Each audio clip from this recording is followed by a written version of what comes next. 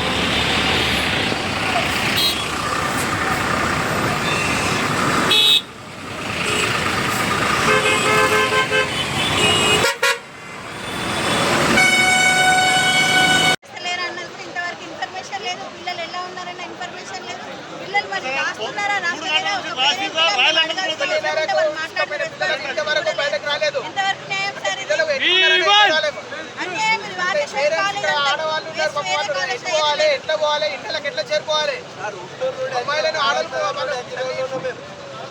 తండ్రి ఎవరు లేక తల్లిలు పట్టుకుని వచ్చారు ఎట్లా వెళ్ళాలి దూరం ఎట్లా వెళ్ళాలి